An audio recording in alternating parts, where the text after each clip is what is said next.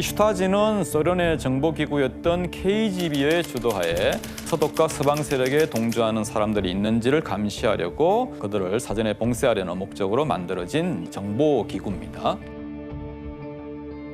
슈타지 요원은 크게 공식 요원과 비공식 요원으로 나눌 수 있습니다. 공식 요원들은 이제 각 부서에서 정식으로 근무하는 요원들이고요.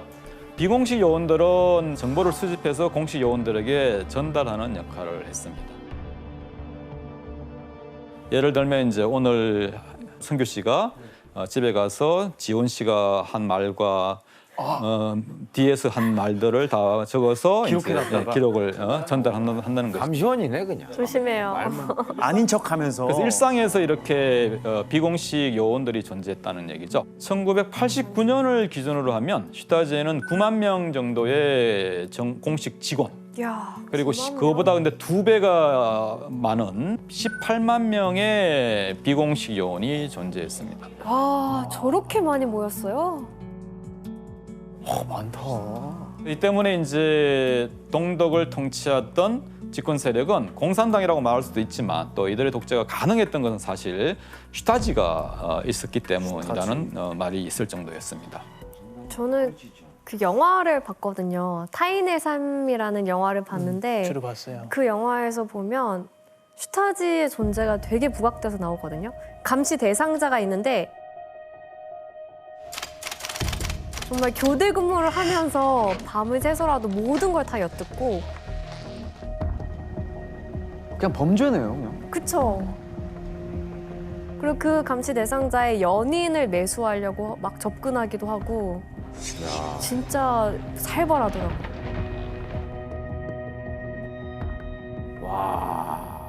그러니까 아까 그 열기고 만든 그 가족이 더욱 대단한 거죠. 무섭잖아요.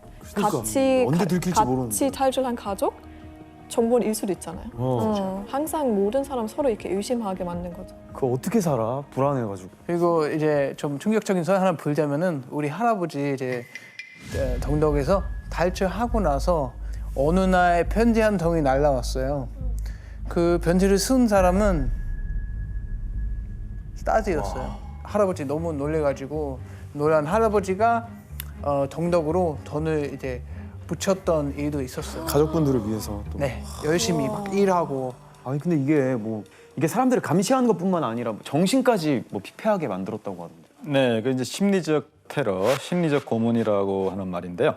슈타지는 이제 감시 대상의 이제 일거수일투족을 감시하는 것은 물론이고 다양한 방법으로 사람들을 이제 괴롭혔어요. 어떻게 해요? 예를 들면 이 사람은 아주 외설적인 성향의 소유자다, 알코올 중독자다 이런 식의 거짓 소문을 내서 심리적으로 위축되게 만드는 그런 방법이죠. 좀 치사하다. 사람들과의 약간 교류를 단절시켜 버리는. 네. 이 사람이 사회적 그 생활을 못하게 하는 거네요. 네, 그래서 익명으로 협박 편지를 보내거나 밤마다 반복적으로 전화를 거는 것 이런 것도 한 방법이고 불륜 관계를 의도적으로 이렇게 꾸며갖고 연인 관계나 가족 관계가 파탄 나도록 그렇게도 했습니다. 이런 방법으로 감시 대상이 된 사람들은 이제 심리적으로 위축되고 압박을 받으면서 히스테릭해지거나 우울증에 시달리면서 극단적 선택을 하는 경우도 있었습니다. 와, 무섭다, 진짜. 그러면 이제 자 우리는 뭐 당해보지도 않았는데도 짜증나는데 발각되면 그럼 뭐 어떻게 돼요? 바로 악명이 높은 그 슈타지 감옥으로 가게 됩니다. 슈타지 감옥이 따로 있어요 또? 네, 그렇죠. 과거 나치의 시설물로 지어졌던 곳들을 1945년부터 소련군이 이제 감옥으로 사용했거든요. 그래서 그곳들 중에서 슈타지가 조사기관 겸 감옥으로 계속 활용을 하게 된 것이죠. 근데 이제 동독은 물고문이나 전기고문 같은 물리적 고문을 하지는 않았어요. 대신 이제 잠을 안 재우고 굶기거나 특히 이제 저항하는 것으로 보이는 사람은 심리적 고통을 가했는데 블랙박스라고 불리는 독방에 가두는 것이었어요. 이 독방은 이제 창문이 하나도 없고 둥글게 만든 내부 벽인데 벽을 둥글게 만든 건 이 공간을 파악하지 못하게 해서 사람을 미치기 직전까지 몰아가기 위한 고도의 방법이었어요. 이렇게 이제 동독 사람들이 공산주의 체제하에서 이제 숨막히는 감시와 그 통제하에서 살아가는 동안 분단 후 동서독의 관계는 냉랭하기만 했습니다. 서독의 초대 총리인 콘라드 아데나워는 친서방 정책을 통해 우선 서독의 안보를 확고히 하고 서독 정부만이 국제법상 존재하는 유일한 독일 국가라면서 할슈타인 원칙이라는 것을 내세우게 되죠.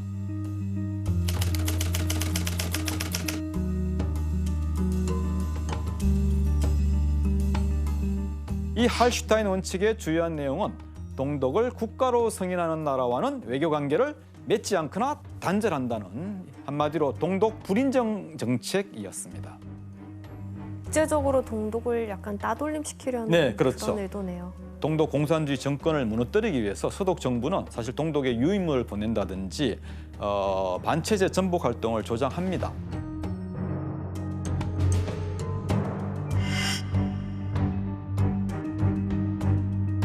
근데 이제 하지만 이제 동독이 무너지기는커녕 어떻게 되었어요? 아까 1961년에 베를린 장벽을 세우고 체제를 더욱더 강화하게 되었던 것이죠.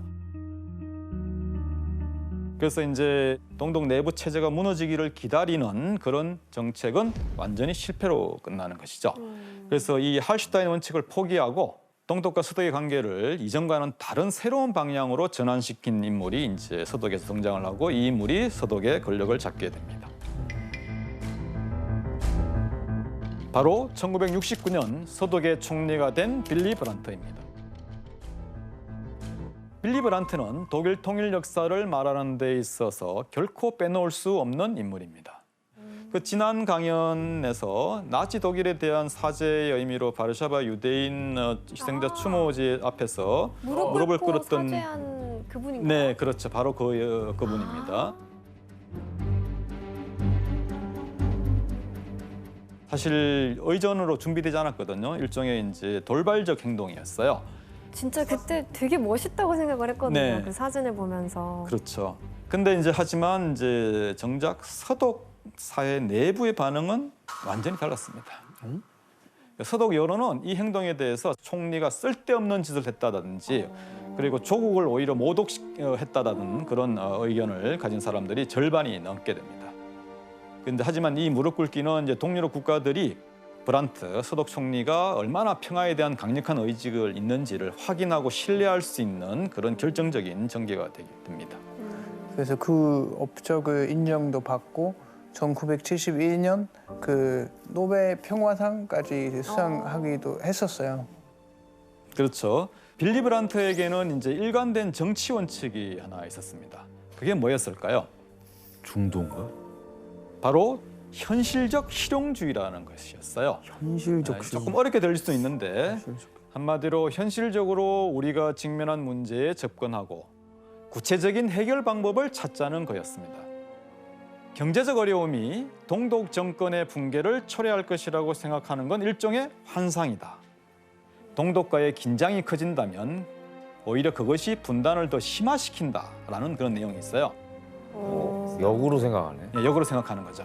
그래서 브란트는 이렇게 정치 생활 내내 거창하게 뭔가를 얘기하는 거, 뭐 통일 얘기하는 거 이런 거보다도 작은 일이라도 행동하는 것이 더 중요하다고 보았던 것이죠. 이게 바로 빌리 브란트가 발표한 동방 정책입니다.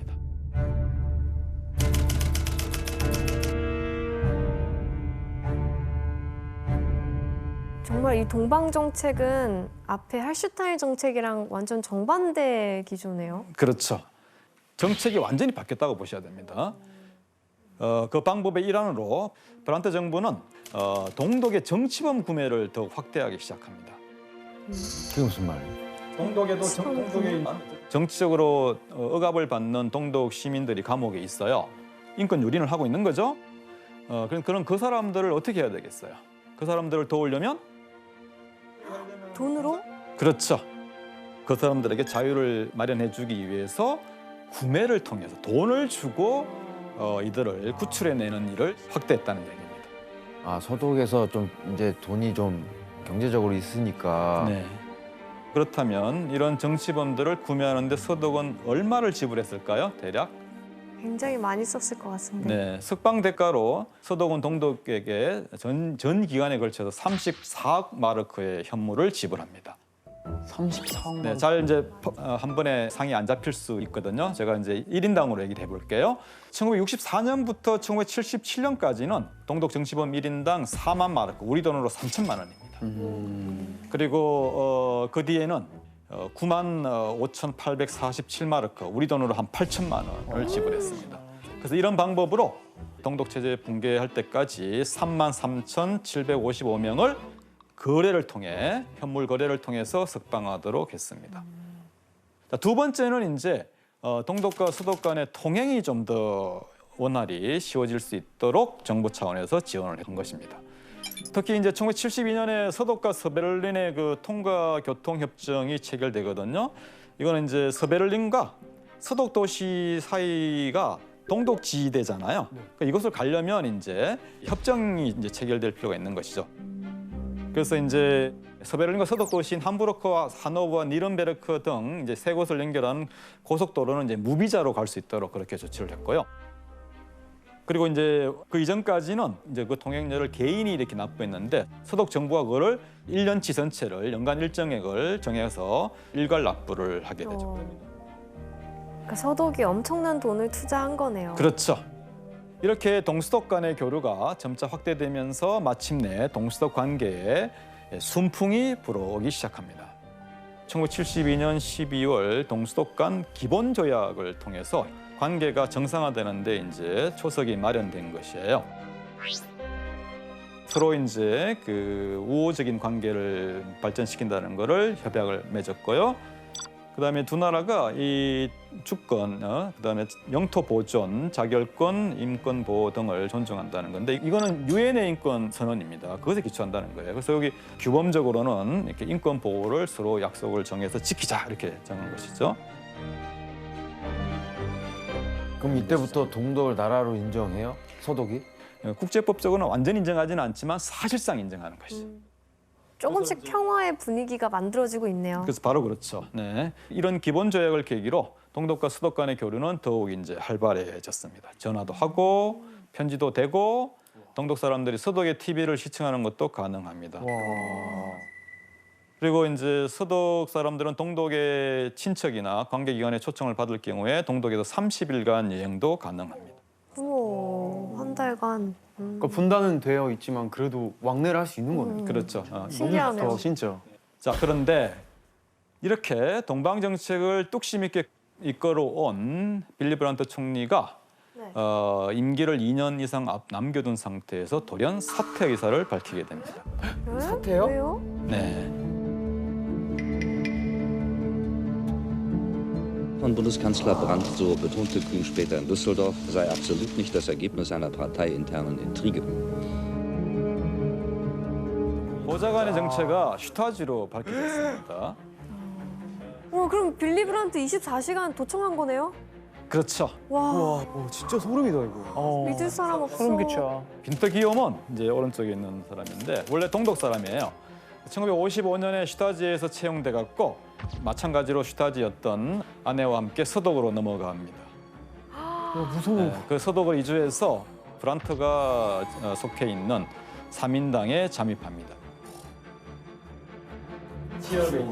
무서워. 저는 몰랐던 그러니까. 와. 그러다가 이제 3인당 활동을 통해서 인정을 받아서 이제 1969년 브란트가 서독 총리가 되면서 총리실에 이제 진입할 수 있게 됩니다.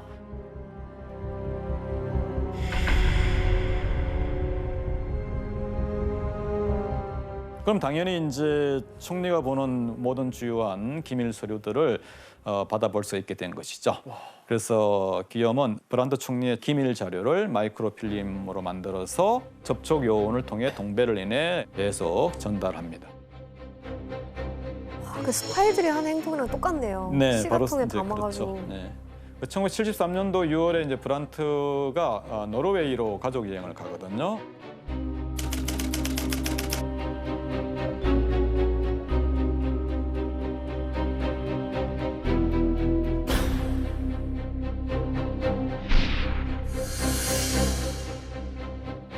가족 여행에 동행했을 때 총리의 모든 서신이 그의 손을 거쳐갔고 당시 미국 대통령 닉슨의 친서를 포함해서 기밀 문서들을 비밀리에 슈타지 요원들이 촬영할 수 있도록 그렇게 했습니다.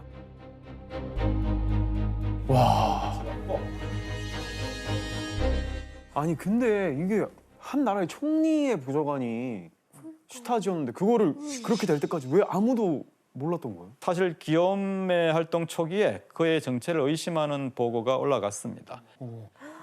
이제 이렇게 암호가 발각이 돼서 잠시 이제 의심이 있었지만 그의 주변인들이 모두 근거 없다고 정을 해줬기 때문에 대수롭지 않게 생각을 한 것이죠.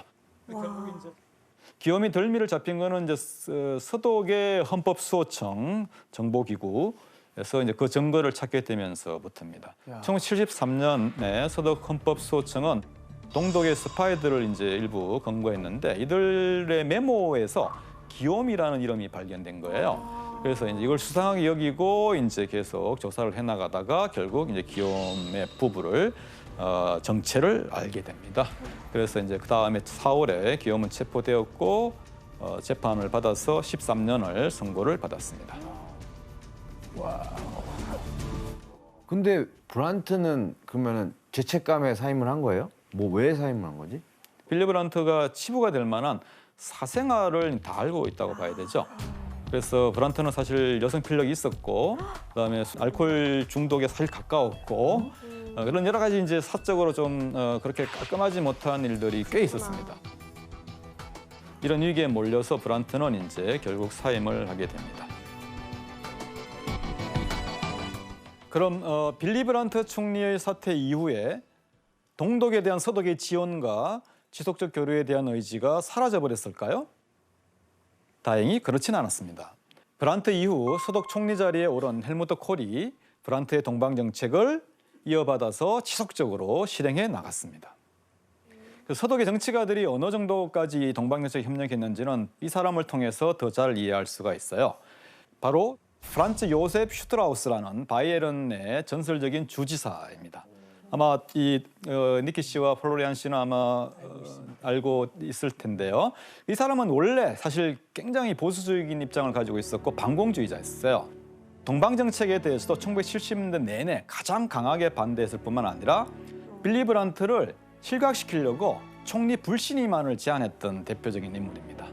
근데 이런 인물조차도 1980년대 초가 되면 동방 정책에 대해서 이제 찬성하고 오히려 더 주역으로 나서게 됩니다. 보수주의자인데 어떻게 이렇게 갑자기 바뀐 거예요? 사실 보수자들은 달리 반대할 길이나 명분이 없다고 봐야 됩니다. 서독 내부에서 보수 진보할 것 없이 동독에 대한 지원 그리고 대화나 협력 협상을 펼쳐나가는 것에 혼자만 반대를 외치다가는 오히려 정치적으로 고립될 상황에 놓이게 된 것이죠. 그만큼 정치인 서독 정치인들한테 동방 정책이 대세였던 거네요, 다. 그렇죠. 바로 그렇습니다.